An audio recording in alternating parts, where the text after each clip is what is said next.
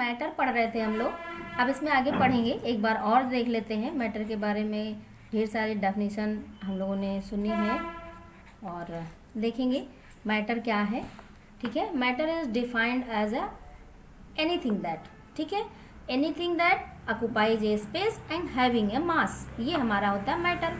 ठीक है, यानी कि जिसमें स्थान घेरने की क्षमता हो और जिसके पास कुछ मास हो, ये हमारा क्या कहलाता है, मैटर कहलाता है।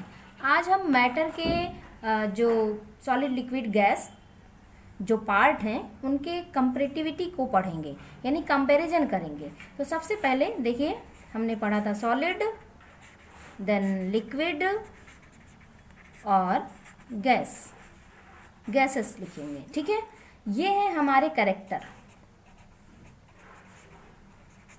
हमारे कैरेक्टर क्या है, पार्टिकल के सबसे पहले हमारा inter particle space, inter particle space, यानी कि पार्टिकल के बीच में, कणों के बीच में जो हमारे स्थान होते हैं। तो जो सॉलिड होते हैं इनमें मिनिमम होता है, मिनिमम, और जो लिक्विड होते हैं इसमें मोर देन सॉलिड होगा, more than solid. Then gases में हमारा मैक्सिमम होगा। ठीक है, फिर हमारा अरेंजमेंट, कोई भी काम करते हैं तो सबसे पहले हम अरेंजमेंट करते हैं। तो पहले तो हमने देख लिया कि कितने हमारे स्पेसेस हैं सबके बीच में, उसके बाद अरेंजमेंट देखेंगे, किसके देखेंगे, एटम मॉलिक्यूल इन्हीं के, और कौन होगा, एटम ही होंगे और मॉलिक्यूल होंगे एंड मॉलिक्यूल। ये क्या होंगे, पार्टिकल क्लोजली पैक्ड होते हैं। क्या होते हैं, क्लोजली पैक्ड। ठीक, इस तरह से पैक्ड होते हैं। जैसे मान लिया ये हमारा पार्ट है, ठीक है, इस तरह से, और ये पैक्ड है, ठीक है, एक दूसरे से। ठीक,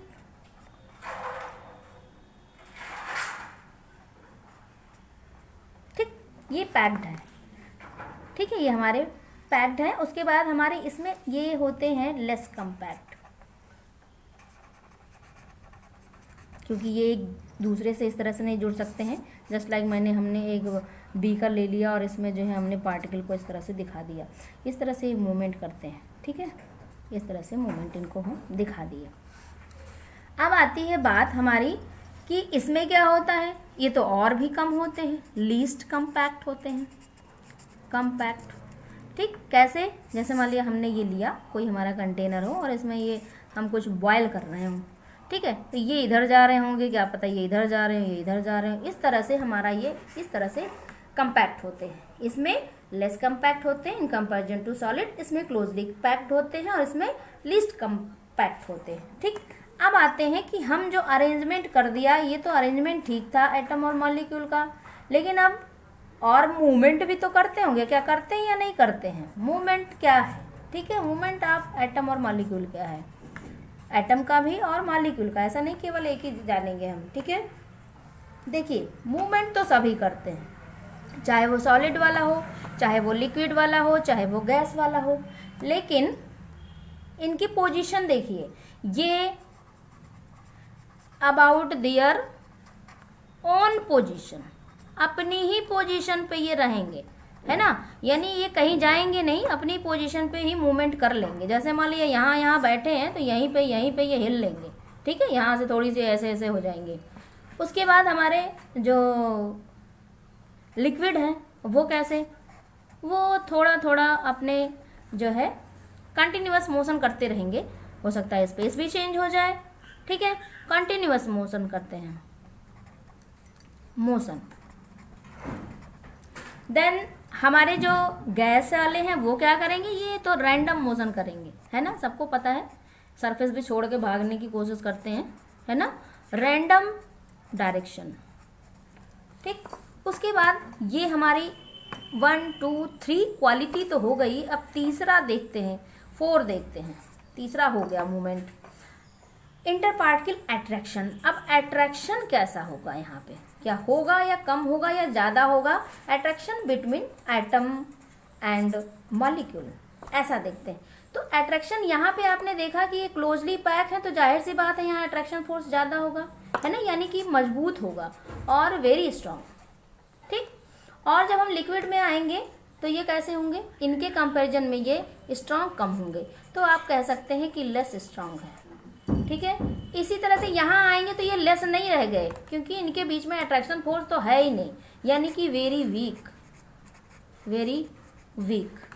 ठीक है, क्योंकि ये जब ऐसे किसी भी डायरेक्शन में आपको जाते हुए और आते हुए दिखाई देंगे, इस तरह से आप अगर देखना चाहें इस तरह से, ठीक है, मूवमेंट करेंगे। उसके बाद अब देखिए सॉलिड में स्ट्रांग होंगे, आपको पता है कि बिल्कुल ऐसे बंधे हुए होंगे। ठीक है, तो ऐसे इनको कहीं आने जाने की जगह ही नहीं है। ठीक, एक दूसरे के ऊपर जो है और एक दूसरे से अट्रैक्शन फोर्स के द्वारा यानी आकर्षण बल के द्वारा जुड़े हुए होंगे। यहाँ पे आकर्षण बल का मान कैसा होगा, कम होगा, और यहाँ पे वीक होंगे ये। ठीक, देन आते हैं हम और क्या क्या चीज़ें होती हैं यहाँ पे। इनकी डेफिनेट वॉल्यूम होती है, डेफिनेट वॉल्यूम और डेफिनेट शेप और इनडेफिनेट फ्री सरफेस, मतलब सरफेस पे ये फ्री नहीं होते, इनडेफिनेट होते हैं। इनडेफिनेट हमारा फ्री सरफेस, फ्री सरफेस। ठीक, और डिफ्यूजन की बात करें तो डोंट, है ना, क्या, diffuse with other solid particle. ठीक, डिफ्यूज नहीं होंगे, डिफ्यूज। और अगर लिक्विड की बात करें तो लिक्विड हमारा यहाँ पे डेफिनिट वॉल्यूम होगा, डेफिनिट वॉल्यूम होगा, लेकिन no definite shape. No definite shape कैसे हो सकता है, आपको पता है कि जिस भी कंटेनर में ये रखे जाते हैं वो उसी का आकार आकृति ग्रहण कर लेते हैं। आपको पता है कि ये क्लोजली पैक भी नहीं होते हैं, लेस कम्पैक्ट होते हैं, इनके बीच में अट्रैक्शन फोर्स भी कम होता है। तो इस हिसाब से आपको ये पता होना चाहिए कि इनका डेफिनेट शेप नहीं हो सकता। ठीक है, और अपर सरफेस पे ये फ्री सरफेस होंगे, एक ही इनकी सरफेस होगी, और डिफ्यूज होंगे। ठीक है, डिफ्यूज हो सकते हैं।